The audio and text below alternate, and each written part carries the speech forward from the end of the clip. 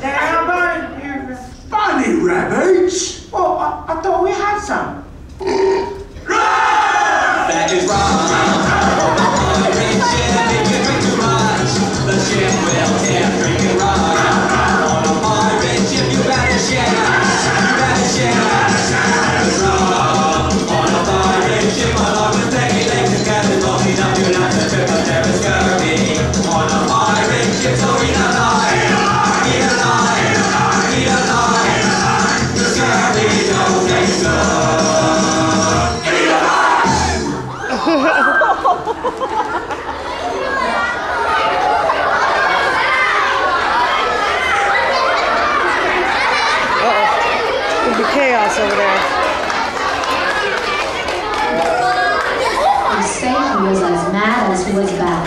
His evil ways filled people with fear all along the coast of Virginia and the Carolinas. Blackbeard was cruel and strong and had a murderous temper. He was all but impossible when he drank rum, which he did often. Then he would slip into terrifying moods. Blackbeard dressed like a crazy man. He lived at a time when hardly anybody had a beard, but he grew a long, shaggy black bush that he braided and tied up with ribbons. This was the source of his pirate name. When Blackbeard waded into a fight, he wore a shoulder sling with several pistols hanging from it. He also carried daggers and a razor-sharp cutlass that he slashed through the air in the most terrifying manner. He liked to boast that he was as heavily armed as 10 men. His finishing touch was to poke smoldering fuses under the brim of his hat, which he lit during battle. Smoke and fire would circle his head, giving him a devilish appearance. At the same time, he shouted and cursed. The effect was dreadful. Many threw down their weapons without a fight. Blackbeard made raids up and down the coast of North America, taking a huge toll on ships and terrifying small towns. But in November 1718, he finally met his end. The governor of Virginia had sent a naval officer, Robert Maynard, to track Blackbeard down and put an end to his reign of terror.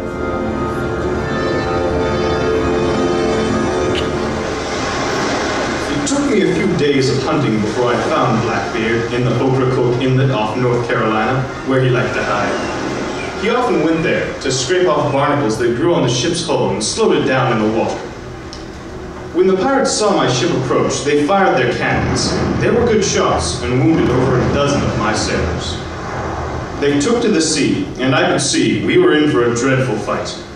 However, we held fire as I wanted to lure the pirates onto my ship. As our ships drew close, the pirates flung grenades at us. Then they charged. They leapt over the rails of their ship, waving knives and swords. It was exactly the reckless move I was counting on. Most of my men were armed and hidden below deck. At my signal, they attacked. The sailors rushed at the pirates and brutal hand-to-hand fighting broke out. In the chaos, I found myself facing Blackbeard. Avast ye! If your plan is to take me, you'll best take me dead, for I shall never be taken alive. So be it then, Blackbeard, for I have indeed come to put an end to your wicked ways. Then let's begin. I'm partial to a good battle, the devil only knows. Present thy sword, you dark-hugging landlubber. Aye, you murderous scallywag, your pillaging and plundering ways are at an end.